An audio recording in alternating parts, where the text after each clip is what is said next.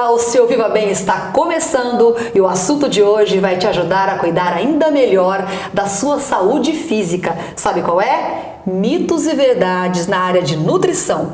Ao meu lado, a nossa convidada, a coordenadora do curso de nutrição da Funvic, Gislene Ferreira, que manja tudo sobre esse assunto, né, Gislene? As pessoas hoje em dia, elas estão muito preocupadas em ficar mais bonitas, em se alimentar, nutrir o corpo corretamente, mas às vezes metem os pés pelas mãos, fazem tudo errado, né? Exatamente. Então, Alexandre, a gente vive falando que de nutricionista todo mundo tem um pouco, Todo né? mundo tem um pouco. E as dicas a gente encontra em qualquer lugar, em qualquer mídia. E é isso que a gente tem que tomar cuidado, porque nem tudo que se vê é verdade. E nem todo mundo, essas notícias, nem todas têm por trás um profissional habilitado. Então, por exemplo, que a gente estava conversando anteriormente, né? Aquela história de tomar suco de limão ao acordar em jejum que ajuda o emagrecimento. Com água morna, inclusive, não é? Com água morna. Então, assim, da onde foi tirado isso? Qual é o embasamento científico? Pra quê? Não é bom? Mal não vai fazer, é limão. Mas a não também ser que não você tem tenha uma nenhum... gastrite, que você tenha um refluxo, aí pode fazer mal sim. Mas fora isso, por que iria emagrecer? Assim, as pessoas buscam muita facilidade. Dizem até que melhora o funcionamento do intestino. Mito? Mito, isso poderia ser a hidratação. A água, sim, que não precisa ser ao acordar em jejum. A água é necessária o tempo todo, mas não com limão em jejum e tal. E dizer que é gostoso também não é, né? E, ó, aproveitando o gancho que falou da água, a água é necessária o tempo todo, mas todo mundo fala, muita gente fala, que a água tem que ser pelo menos 2 litros no mínimo por dia. É isso mesmo? É isso mesmo.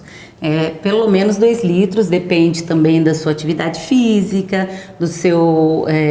do trabalho que você desenvolve, né? Homem, mulher, às vezes sua mais, o nível de suor, mas pelo menos 2 litros de água por dia. Por quê? Para hidratar o corpo constantemente? Quais são os reflexos práticos mesmo na saúde? Porque assim, quando a gente sente sede, é porque a gente já está desidratado. Então a gente não precisa esperar sentir sede para tomar água.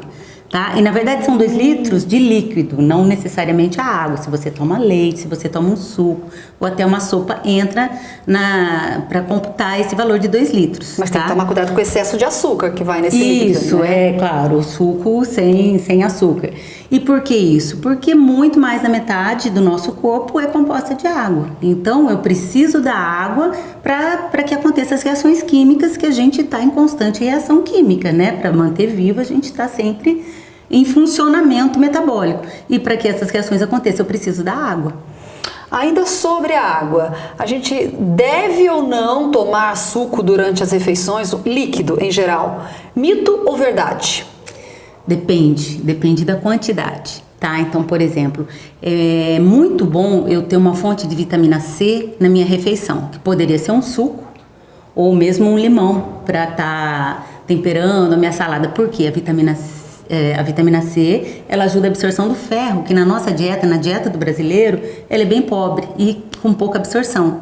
Então, a vitamina C ajudaria, tá? Mas basta um copo pequeno de suco, sem açúcar, né? Não causa estufamento, nada disso. Porque, de repente, as pessoas consomem 2 litros de refrigerante e aquele prato de comida. Isso vai diluir as minhas enzimas digestivas, a minha digestão vai ser atrapalhada pelaquela grande quantidade de volume, tanto do líquido quanto do sólido, e vai distender meu estômago. O nosso estômago, ele é elástico, ele tem capacidade de distender.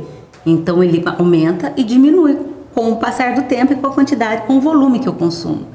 Então, na verdade, deve ser consumido, mas meio copo, um copinho pequeno. Moderadamente, sem problemas. Isso. Aproveitando outro gancho, você falou de refrigerante. Outro dia eu li uma matéria dizendo que o refrigerante, um médico falando que o refrigerante, cada copo que você toma, ele reduz alguns minutinhos de vida. Ele foi radical? Tem um pouco de verdade nisso? Como é que você avalia essa questão? É complicado falar dessa forma, né? Eu já vi outras coisas. Com uma salsicha que você come, reduz não sei também. Quanto. Da onde foi tirado esse cálculo? Como que eu vou calcular o meu tempo de vida, né? Isso é radical pensando dessa forma. Mas é claro, é um veneno, tá? O refrigerante é um veneno, não tem tem nada de saudável no refrigerante. A não ser o agradável, né? O sabor agradável, aquela sensação agradável que às vezes só isso já te faz bem. O bem-estar momentâneo. Tá, mas a longo prazo isso ele é um veneno em que sentido? Ele é gordura, é colesterol? Não, é carboidrato, né? Muito açúcar e muita química também. Então, na produção do refrigerante, que poderia ser o Guaraná, por exemplo, é natural, mas para ele virar o refrigerante em si, ele passa por muito processamento químico. Então, tudo isso a longo prazo, a gente fala, mas uma vez ou outra não tem problema. Mas se você pegar o consumo da população de forma geral, principalmente a população de baixa renda, você vai ver que eles deixam de consumir uma verdura, uma fruta, porque fala que é caro, mas tem aquele refrigerante de 2 litros todos os dias. Aí, gente, ó, atenção, hein? Vamos ter um pouco mais de consciência na hora de consumir, até porque refrigerante não contribui com nada e o legume e verdura com muito, né? Com certeza. Falando em legume e verdura, mito ou verdade? Cozido, ele perde muito nutriente em relação ao alimento cru ou não? De forma geral, sim, tá? Então você pode ter alguns alimentos, por exemplo, brócolis, couve-flor, que não tem como você comer cru, mas você pode estar cozinhando no vapor, tá? Por exemplo, você pode cozinhar no vapor e aquela água que saiu, você fazer um arroz, por exemplo, tá reaproveitando a perda desses nutrientes em outro alimento. Tá? Mas perde sim. De maneira geral, a maioria dos alimentos, quando é cozido, descascado, as cascas também, quando você descarta as cascas, né, os talos, tem muito nutriente ali. E as cascas dá para fazer tanta coisa, né? Com certeza dá para fazer muita coisa, dá para reaproveitar, dá para fazer várias receitas nutritivas.